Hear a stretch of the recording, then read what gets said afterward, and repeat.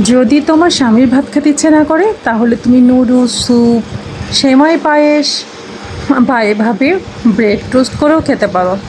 তবে স্বামীর বাড়ি ছাড়া অন্য কোথাও তুমি তোমার নিজের ইচ্ছে মতো খাওয়ার লাইসেন্স পাবে না। নিজের ইচ্ছে মতো খাওয়ার লাইসেন্সটা একমাত্র স্বামীর বাড়িতেই পাবা। আর তাই যেটা করবে ভেবে চিন্তেই করবে। আসসালামু আলাইকুম, কেমন আছেন সবাই? সবাই নিশ্চয়ই অনেক ভালো আছেন। আজকে একটু অন্যরকম কথা বলে শুরু করলাম।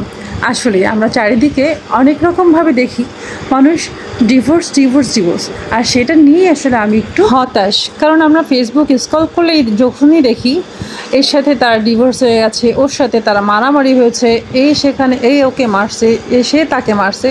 আমি বুঝলাম না কী যুগ আসলো রে ভাই। যাই হবে সব কিছু অনলাইনে দিতে হবে, সব কিছুই ফেসবুকে শেয়ার করতে হবে। ফেসবুকে এত জিনিস আমরা ফেসবুকে শেয়ার করছি। তো এই শেয়ারটা যদি আমরা হাজব্যান্ড ওয়াইফে শেয়ার করতাম তাহলে তো হয়তো মারামারিটাই হইতো না। কিন্তু কেন ভাই সব কিছু কেন অনলাইনে আসতে হবে? তোমরা তোমাদের মধ্যেই মিউচুয়াল করো না। এই অনলাইন প্ল্যাটফর্মটাকে কেন জানি দূষিত করে ফেলতেছে এই যে কিছু কিছু মানুষজন। এদেরকে কেন বয়কট করে না আমার কথা মাথায় আসে না।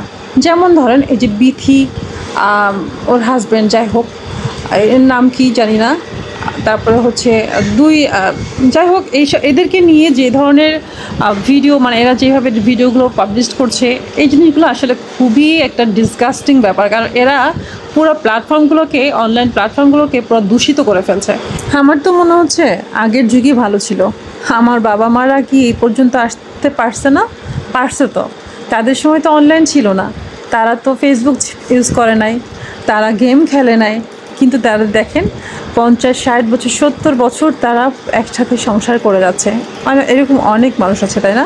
কিন্তু তা আমাদের এই যে একটা অনলাইন প্ল্যাটফর্মে এসে এখানে যে সবাই সব কিছু শেয়ার করতে পারছে, তাই বলে এই না যে তোমাদের একদম ব্যক্তিগত কিছু তোমরা এখানে শেয়ার করো, এটা তো বলে নাই, তাই না? কিন্তু এই যে কিছু কিছু মানুষজন এই প্ল্যাটফর্মটাকে পুরো দূষিত বানিয়ে ফেলছে। তো যাই হোক, আপনারা আমার যদি কোনো ভুল ত্রুটি হয়ে থাকে সেটা ক্ষমা দৃষ্টিতে দেখবেন।